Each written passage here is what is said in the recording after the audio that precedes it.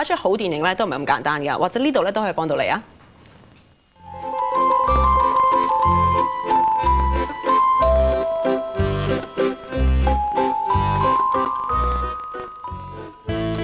之前喺政府活化歷史建築計劃度擊敗八和會館等等申請者，成功取得前北九龍裁判法院經營權嘅團體，就係嚟自美國薩凡納嘅藝術學院。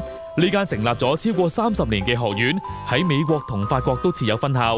嚟緊位於北九地段嘅校舍，就將會係佢哋喺亞洲嘅第一間分校。分佈喺薩凡納嘅校舍超過60棟，其中好多都係改建自哥德式嘅古老建築物。不過喺校舍入面嘅教育設施其實一啲都唔落後。嚟自全球接近100個國家嘅學生遠赴薩凡納求學，其中亦都能夠揾到中國人嘅影子。來了之後確實覺得整個 professor， 然後他的整個學校的 environment， 包括對國際學生的態度都非常非常友好。究竟薩凡納嘅非凡校園有啲咩魅力？密切留意星期6晚有線娛樂新聞台。